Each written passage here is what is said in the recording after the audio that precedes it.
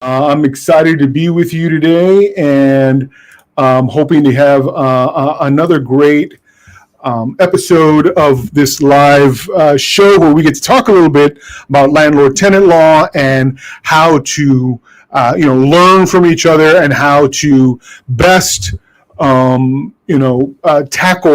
this landlording gig in a way that helps everybody. So I want to say hello. I know it's been a little bit. We were off for a week while we did our notices workshop. A number of you were there. I was happy to see you guys. It's always great to be able to interact in that way.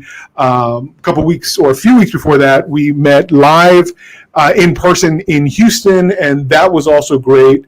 And so it was really cool to see everybody there. I hope that all of you are doing well. For now, we're going to get onto our topic that has to do with what happens when a rent house becomes uninhabitable right in the middle of a lease. So for those of you who are out there and have not contributed a question yet, I want to welcome you to do so in the chat. If you're not a member of Texas Landlords, our Facebook group, or if you're not on our mailing list, we definitely welcome you to join that.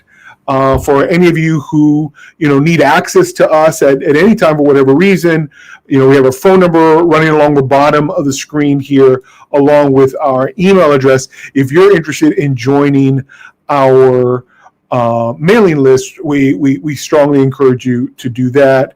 And so I see a number of you have jumped on to the live here, and we're happy to see that.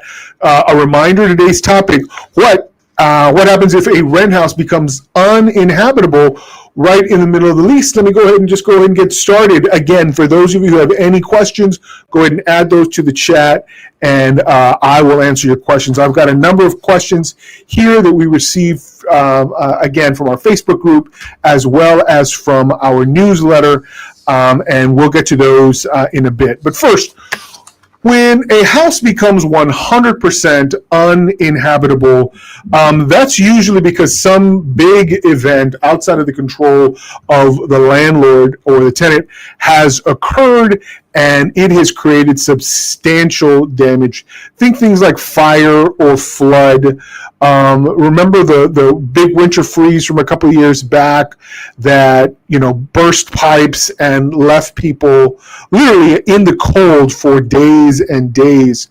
In certain situations, an entire house from an event like this can be rendered completely uninhabitable. And the reason we talk first about the cause is because we treat things differently based on whether or not Mother Nature did this as opposed to the tenant.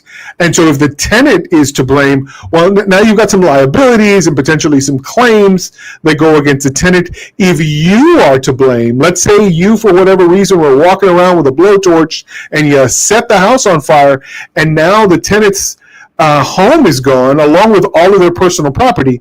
Well, those are different situations than when, a storm comes and, disrupts the living condition of the property and renders the property uninhabitable. So the first question we always ask is, what is the cause? What rendered the living environment either partially or 100% uninhabitable? Cause is always an important question. The next thing we ask is that what is the extent of the uninhabitability? And the reason that we talk about what percentage of the home is uninhabitable is because the law treats this differently, depending on, what amount of the house is still usable. So if, for example, you have an event where a tree comes down and crashes through a window and, just knocks out the window, part of the wall, but it really only incapacitates that one room. If you've got other bedrooms and the kitchen and the living room are still fine, but that one bedroom is no longer usable, well, then you've got some limited uninhabitability, but the place is still perfectly livable. And so the law says, well, everybody can continue. There really isn't enough problem here to completely terminate things. The landlord can come in, make repairs, diminish the value of the rent. So the way we look at it is how big a percentage of the rent house is out of commission, and how long does it remain so? And so we take that percentage and we're able to figure out what the lost rent value is, and that way the landlord can present this information to the tenant, and the parties can agree to a reduced sum of rent while the landlord institutes repairs. So, this is important. Let me give you some simple math, right? So if we've got rent at $1,000, and in this scenario where one room is damaged, let's say that one room represents 10% of the property. So rent at $1,000, 10%, assuming that this particular room is unavailable for the entire month. It takes an entire month to rehabilitate this particular room and make it habitable again. Then the maximum value here is 10% of that rent, which is $100. So in this particular scenario, the damage happened at the beginning of the month. It was repaired completely by the end of the month, so that a full month's worth of rent of 10% of a $1,000 per month unit was lost. So the maximum loss is $100. If it were just half a month, then it would be half of that 10% value, so $50. If the math is making your head swell, I apologize about that, but that's essentially how these things are calculated. And so, you're going to want to know what percent, because if it's 100%, then the state law allows either the landlord or the tenant, upon making that determination of 100% uninhabitability, and really 100% doesn't have to be a straight 100. It could be, for all intents and purposes, 90, 95% renders the whole thing uninhabitable. They're not going to live in, the laundry room. And if that's the only thing that's left standing, well, it's gone. And so, if it's essentially completely gone, completely unusable, if even just for a short period of time, the fact that it is unusable renders it uninhabitable. And so either party, when there's been a casualty event like a storm or a fire or a flood, then yes, the other side can simply terminate the lease and walk away from it. So that's the difference between a partial uninhabitability and complete uninhabitability. The law treats them a little bit different. When, let's say, you're in the middle of a month and a storm renders a place uninhabitable, and that tenant leaves, let's say, within 5 days. So essentially, there's 10 days left on the month of prepaid rent that they get no benefit from. The law in the state of Texas says they're entitled to a prorated amount of the rent from the day they surrendered possession back to the landlord, and they're entitled to their entire security deposit. So in that situation, if the tenant terminates and says, look, I got to go, by the time they gather the things and surrender possession back to you, they get a prorated part of the prepaid rent for that month, and they get their full deposit back.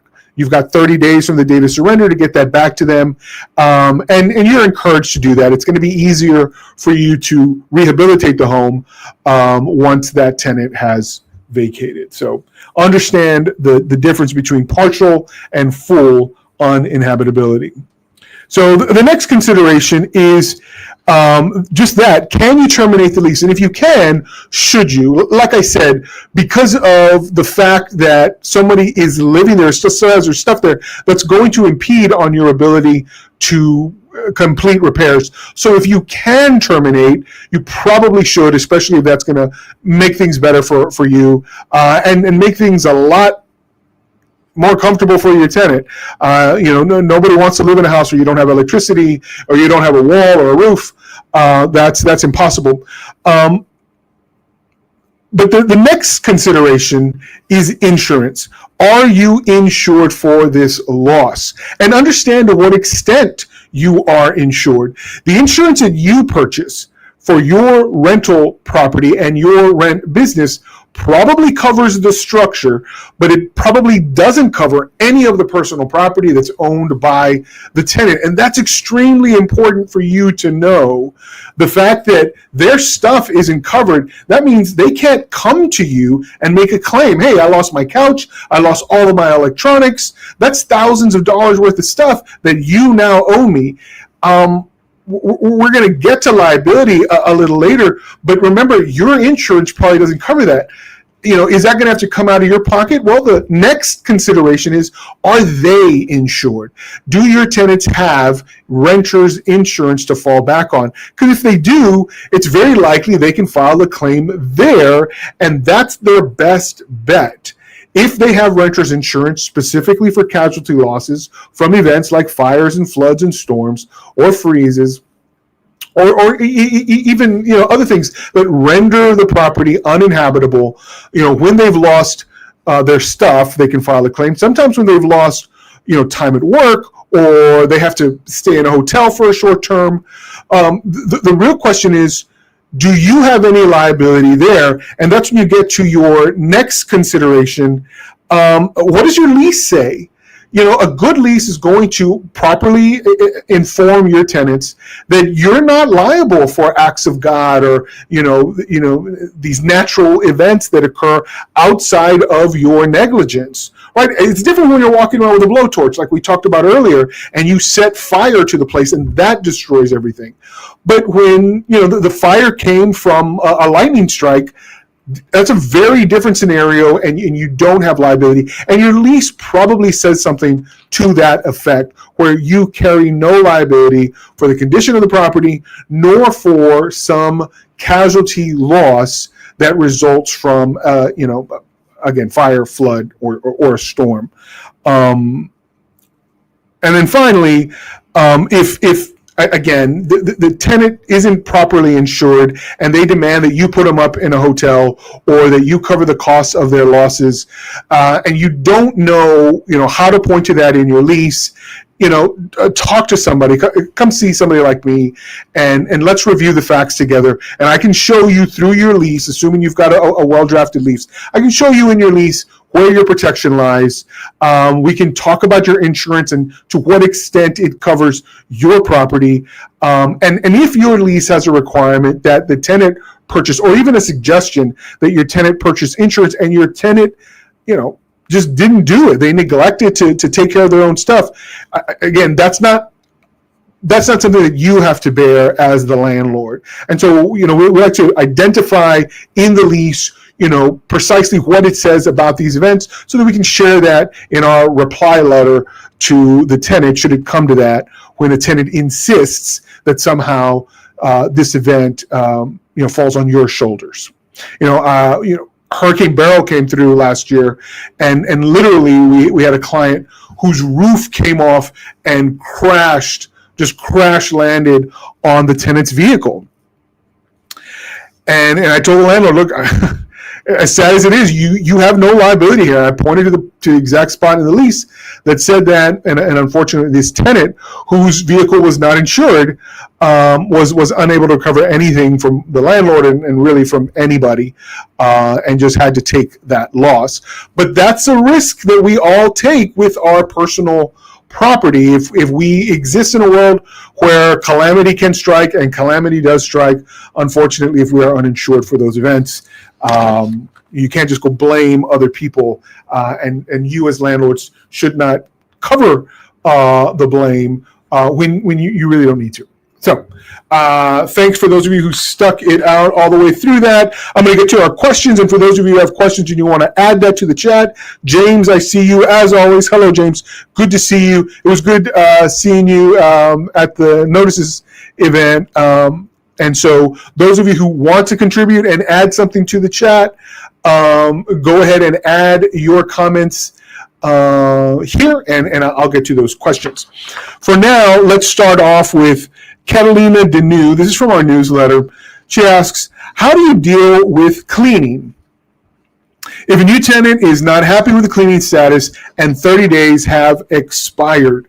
Well, I'm not sure what 30 days you're referring to. I'm assuming you mean they're 30 days into the lease. But cleaning is, one of those customer service things that I always recommend.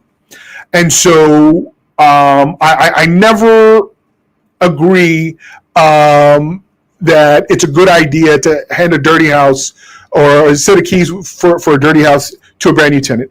Number one, that just looks bad. But number two, what my preference and what my recommendation always is that the landlord hand over a perfectly clean, if not professionally clean house, and has taken video or photographic evidence of that condition so that they can show a pretty good before and after picture once the tenant vacates the premises. If you're unable to do that, if your after picture looks worse than the before picture, good luck collecting when you have actual claims that you can get from this tenant. Send to your tenant a pristine environment, catalog that condition so that you can show a judge afterward. But in this case, let's say you've done that, or you've done a pretty good job, and the tenant just isn't satisfied. Well, there's a couple of things you can rely on. Number one, it's that as-is provision in your lease. If they signed a lease with an as-is provision, they take it in the condition that they found it upon lease signing. And so if they don't like it, well, you can also rely on the fact that they are welcome to clean it to the full extent. They don't need your permission to clean the property, but they can't force you to clean it further. I've seen landlords who go in and you get a very particular tenant and they said, oh no, I insist that you do this before we even move in. Well, again, as is provision, you point to that and say, look, this was what you had an opportunity to inspect, and according to the lease, you take it in its present condition. Well, I put in my inventory and condition form that it was dirty and needed to be cleaned. This is not a repair request. It's just an indication of the condition. Additionally, cleaning is not a repair request unless the place is so dirty that it, and you follow the law on this, is a defect that materially affects the health or safety of an ordinary tenant. If it doesn't rise to that standard, it's superfluous. It's extra. And if they want extra, they can pay for it, either to you or to a cleaning service, but it's not a requirement. Okay. James adds, yes, I found, oh, yes, good. So you found the notices workshop helpful. I'm glad. It's probably something that we'll do from time to time. I don't know that we'll do it yearly, but it was something that a lot of people enjoyed, that notices workshop, or any of the live events that we get to do, or the online things. We'll let you guys know about it, the next one we plan to do. For now, Marla Lewis, next question. If a landlord is going to increase the rent as the first term of the lease is coming up to expire, is the tenant required to sign in writing agreeing to that increase? No, not if the lease has an automatic renewal provision, or not if everyone is already in agreement that the tenant will continue to stay on the property. However, the only way you can increase the rent is if you've given proper notice. And you got to give it in conjunction with what your lease already says about terminating certain terms in the lease. So if you've got a 45 or a 60-day notice of termination, then for your rent increase to take effect, you better give 45 or you better give 60 days worth of notice, just like it says in your lease. If your lease is silent on that, well, then you got to give no fewer than 30 days. So, for example, you've got a lease and it's coming to an end in a week.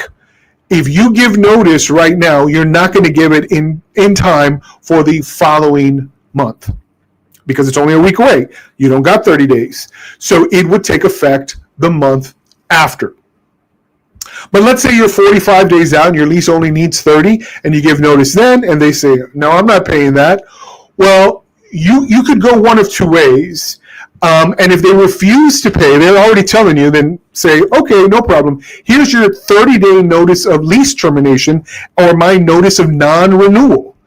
And just end it. If they refuse to pay additional amounts and they're already telling you that they plan to breach, don't just take that. If you understand, that's okay. But I plan to raise the rent at least 5%, which is my recommendation to all landlords. Don't just leave the current rent as is. Your costs go up, and so your rent should go up the very least 5% every year. If you're charging $1,000, that's a $50 increase.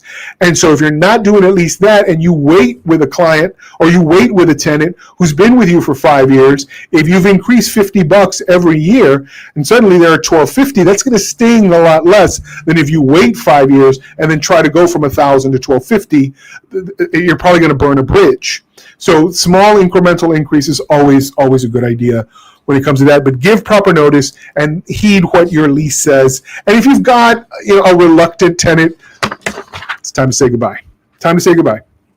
Next question, we've got Sandra May Duncan. We have a tenant. This is a long one, but I want to get all of it in. We have a tenant who is off the charts, who's now threatening to file with the AG's office. I've read through this fact pattern. There's nothing, but she goes on. We have taken care of every issue that's come in, but he is just demanding and off the wall with some requests. Anyway, this is the one for whom we installed 4 dishwashers in 6 months.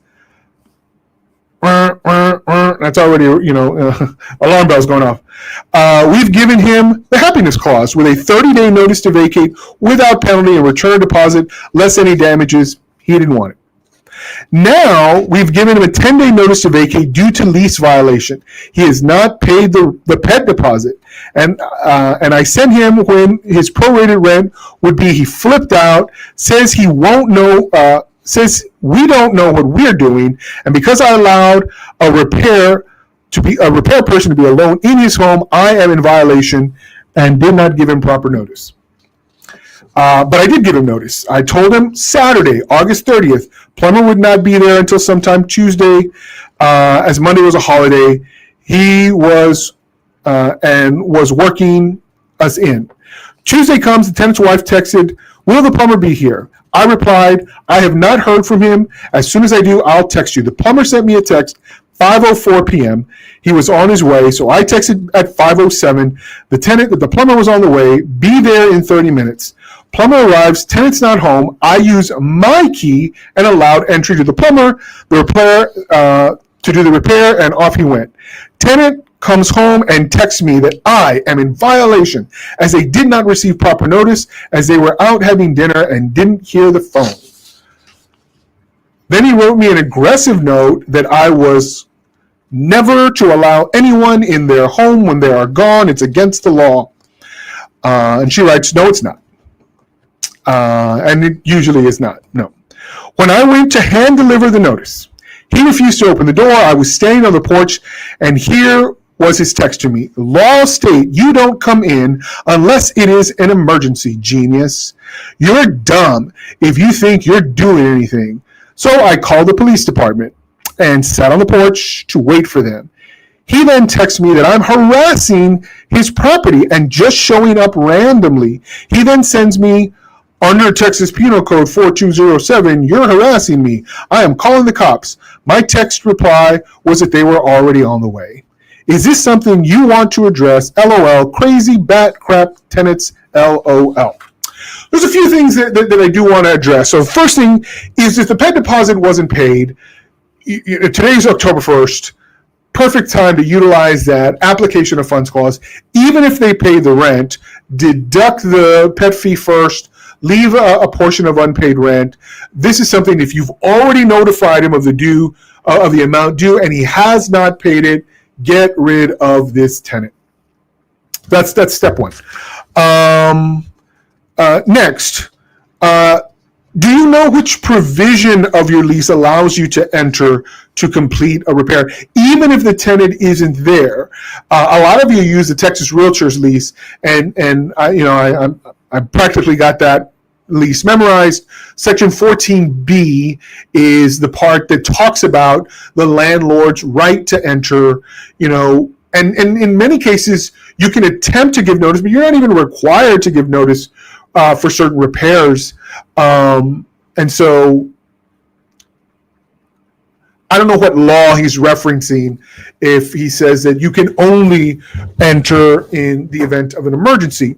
But I do know that common law requires that if you are going to enter, it better be for a reasonable basis, it better be at a reasonable time, and it better be in a peaceful manner. And that includes the state of the tenant. If the tenant is going nuts and says, "You're not coming in, I will not allow it," guess what? Can't come in.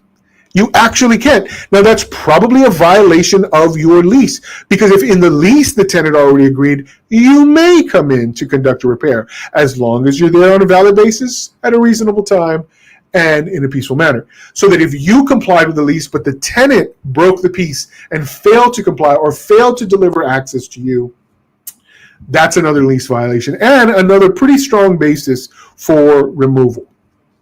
So the last thing I want to address is the issue of notice. If you've got a belligerent tenant who says, "You're not coming in, I don't care what you plan to deliver, I will not open the door. Call as many cops as you want, I'm not opening the door."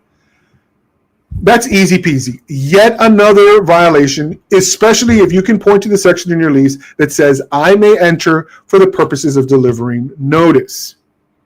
If they disallow that, then just go home.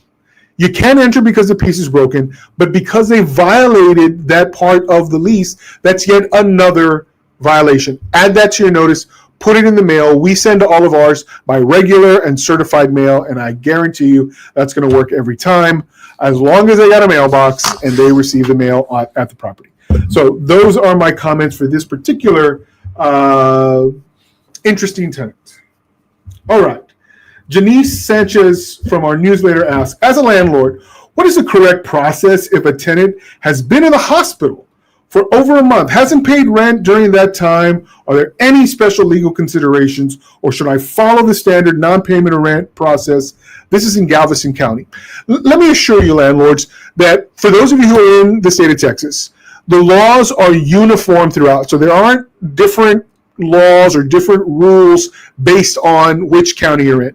And generally speaking, no, the fact that somebody is in the hospital is not a defense. Otherwise, everybody would go to the hospital when rent is due, but it is otherwise not a defense to non-payment of rent. The rent continues to be owed. If they haven't made proper arrangements, unfortunately, they are subject to eviction. I would suggest that you proceed with the eviction process, send the requisite notice, wait the requisite amount of time, and then begin the eviction process. If after 30 to 45 days, which is the normal course of an eviction, you still have heard zero from your tenant, that's a bad sign that things are not headed in the right direction. And if ultimately you have to exercise a writ of possession and get rid of this tenant, that might be the only way that you recover the property and are able to make money again. This is not a storage unit. You're not charging storage rates for the personal property of this individual. And if their family or friends don't step in and kind of carry the load on behalf of this individual, then again, you don't have a legal obligation to keep their stuff in place while rent remains unpaid. So yes, proceed with the normal eviction procedure. Debbie Hernandez says, have a situation here. Have a tenant that broke their lease. They're asking for their deposit back. How sweet. Can the landlord keep the deposit because of the broken lease when they are not paying rent until we find a new tenant? She is throwing the Texas property code at us. Well, I always like when people throw the property code at me because I like throwing it right back at them along with a copy of the lease. And so here's the basic consideration that you have to make. What does your lease say? Because the moment a lease is signed, a tenant is on the hook for the full value of the lease. So you mentioned a broken lease. Now, if by which you mean they left with 1 month left to go, well, then the maximum that you can recover from them is 1 month. And if their deposit is 1 month and they left zero damage on the property, well, you can keep the full deposit and it's done once that month has elapsed, as long as you've made a diligent effort to try to find a new tenant and have been unable. But let's say they had 1 month to go and 1 month full deposit and no damage to the property, and it took you 5 days to find a new tenant. How lucky is that?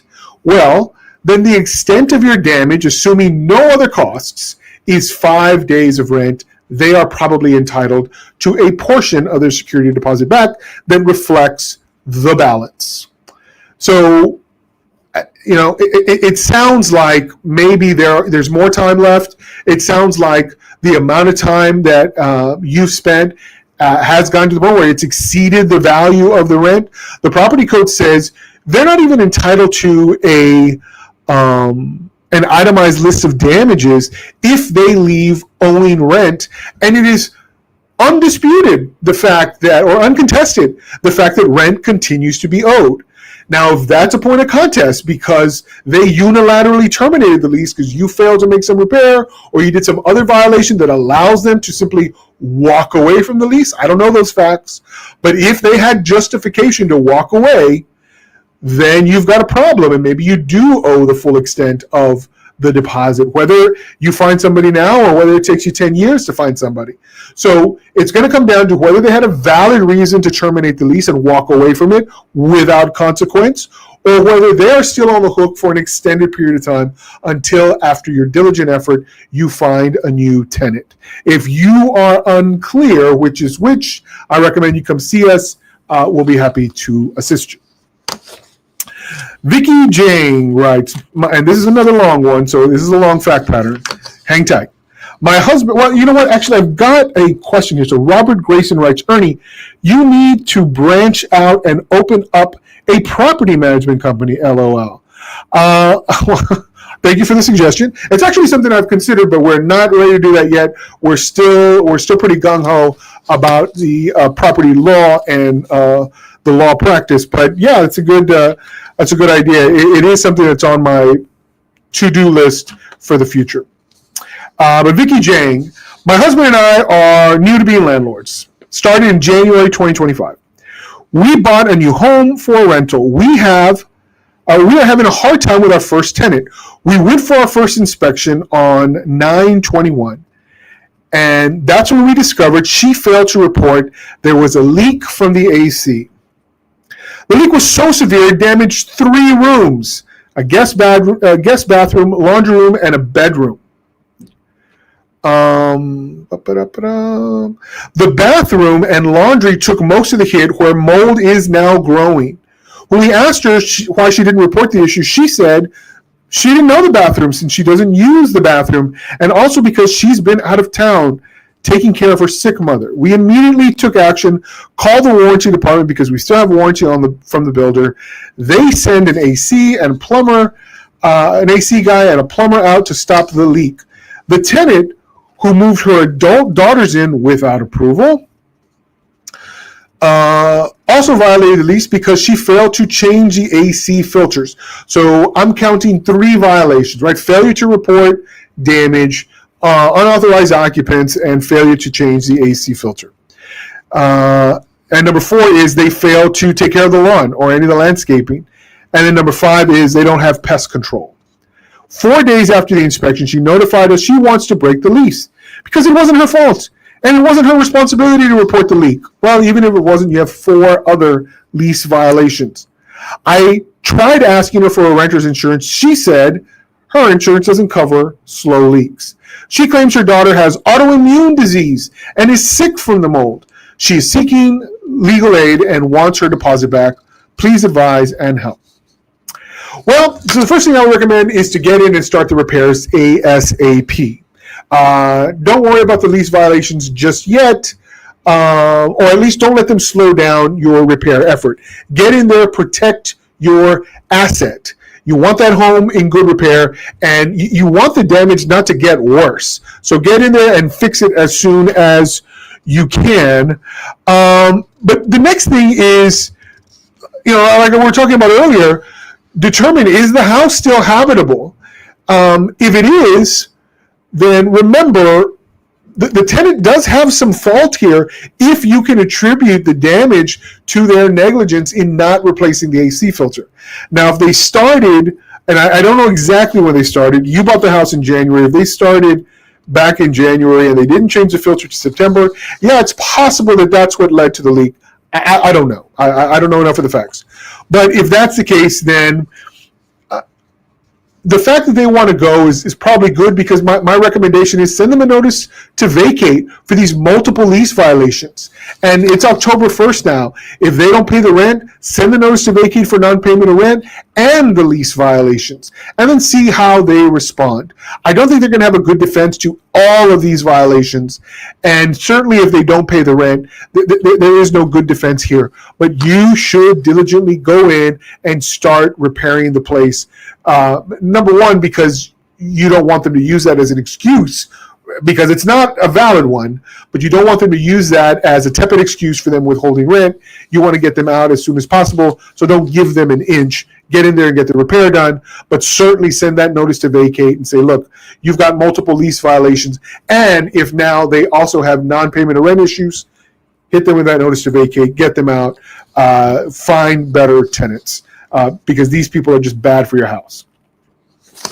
So we got a couple things on the chat here. Debbie Hernandez writes, they left because they bought a house. We have not found a tenant yet, and it has been 2 months.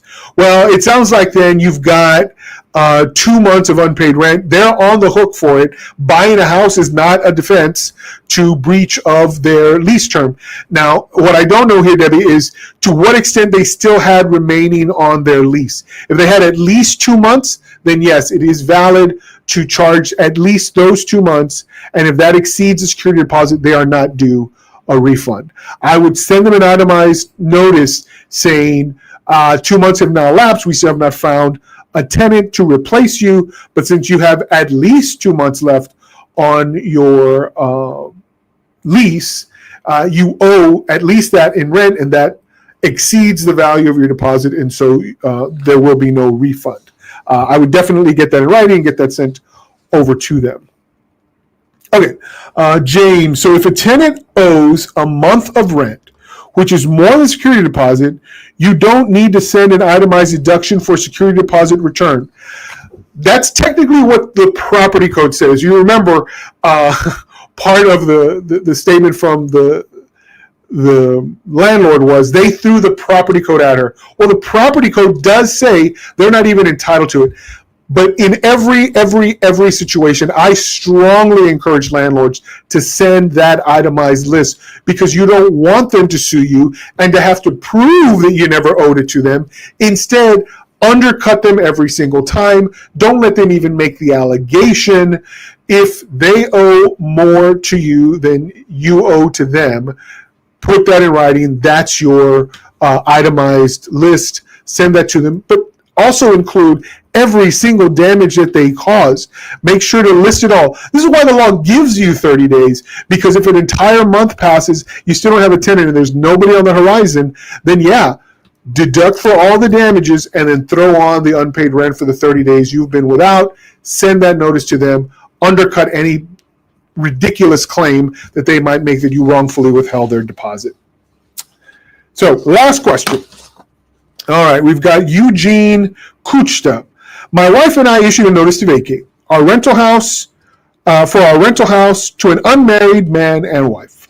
They left to avoid an eviction.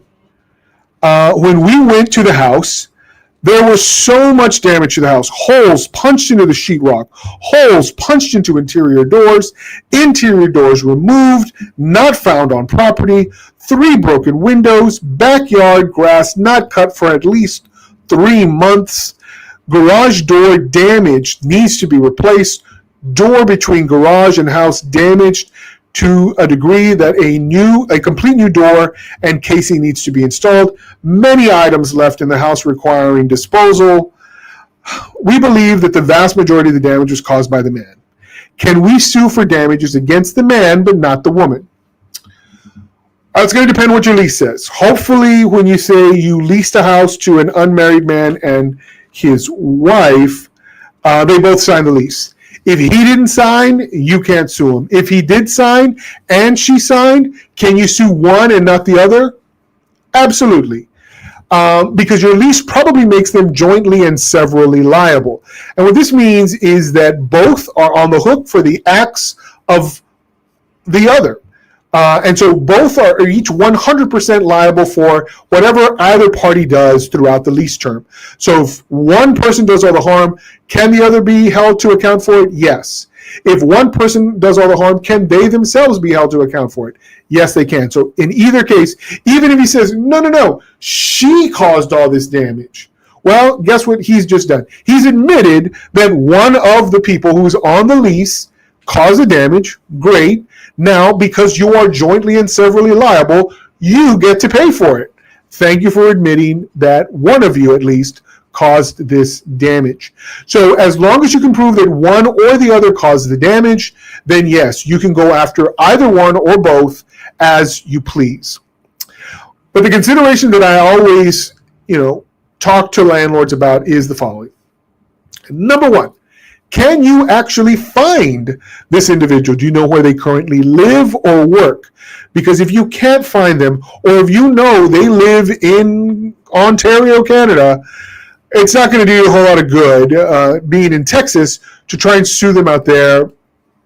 If you can't sue and serve them, then you can't collect from them. And you really can't even proceed with a lawsuit if you cannot have them actually served. Second consideration, do they have the capacity to pay? Let's say you win a $10,000, $15,000, or $20,000 judgment against this individual. If you win, can you actually collect from the individual? If you're saying, no way, this guy's never had two $20 bills rubbing in his pocket at any given moment. And it begs the question, why go after him if you're just going to get a nice official looking piece of paper that says you're owed a lot of money from a person who will never be able to pay it. If you can't find them and they can't pay even if you win, it's not really worth the time or trouble. But if you do know where they are and they do have the capacity to pay because they've got a good paying job or they've got assets like accounts or personal property like a couple of nice vehicles, then yeah, you could potentially go after him and potentially collect this down the line, especially if he's local, especially if you know where he works. That sort of thing is always helpful if you're filing a lawsuit against somebody with the capacity to pay that lawsuit debt. So that was the last question. Unless somebody jumps on real quick on the chat and has a question for me, that's going to do it for today. I do want to mention that for next week, we're talking all about the best way to use a deposit after a tenant vacates. There's a couple of questions today that have to do with deposits. I know deposits are always, a hot topic. And so next week, I'm going to talk to you about the best things you can do with your deposit once or after a tenant has vacated. For those of you who are, again, in need to discuss a pending legal matter, you need to go in depth a little bit more and would like to book a consultation, we always welcome that. But for those of you who are interested in learning a little bit more about landlording, I welcome you to join us next week. I thank all of you for joining us here on this live and look forward to doing this every Wednesday that I can. I'll be here most Wednesdays during the month of October, but I do have one Wednesday where I'll be at a deposition, not a deposition, at a mediation, and so I will be unavailable then. I'll let you know when it's coming up. But for now, I wish you all the best, and as always, happy leasing.